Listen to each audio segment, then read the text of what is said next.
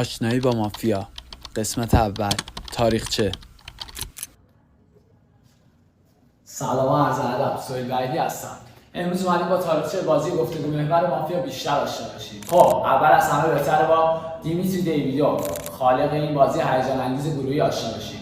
متولد روسیه. سال 1986 این دانشجوی روانشناسی توی شب طوفانی به ذهنش رسید که بهتره یه بازی هیجان انگیز برامون تولید کنه.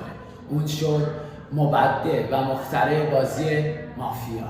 کم کم بازی مافیای دیمیتری از کلاس‌های درسی دانشگاه خارج شده بود، پا به خونه‌ها گذاشته بود. مساجد روسیه پر شده بود از پلیرهایی که همون گردن می‌گرفتن. دیمیتری یه نظریه و فرضیه جالب داشت. معتقد بود که اقلیت آگاه همیشه بر اکثریت ناآگاه پیروز میشه.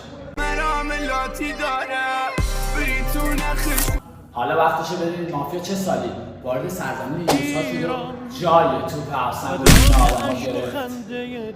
حدود سال 84 بود که دیگه مافیا دل به مردم ایران داده بود، پا به ایران گذاشته بود.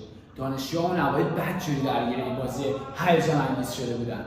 چیزی از این موضوع نگذشته بود که تو گوش مردم پیچیده بود: دزد و پلیس. دزد و پلیس همون مافیای امروزی بچه‌ها که اون دوره بین رفقا، خانواده‌ها، خانه‌دارها، مهمانی‌ها بدجوری دلوا کرده بود. مافیا نقش‌هاش کمتر بود، ساده‌تر بود. امروز یه مقداری گسترده‌تر و خفن‌تر شده.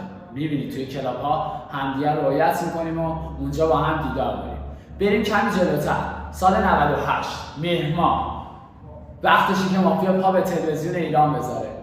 کلی آدم مشهور جذب این بازی شده بودن. دیگه سلبریتی‌ها، بازیگرا تبلیغش می‌کردن. گسترده و گسترده‌تر و این خانواده بزرگ و بزرگتر میشه. شما کدوم کلاب بازی می‌کنید؟ کجا قرار همدیگه رو ببینید؟ اسمشو کامنت کن برام. می‌بینمتون.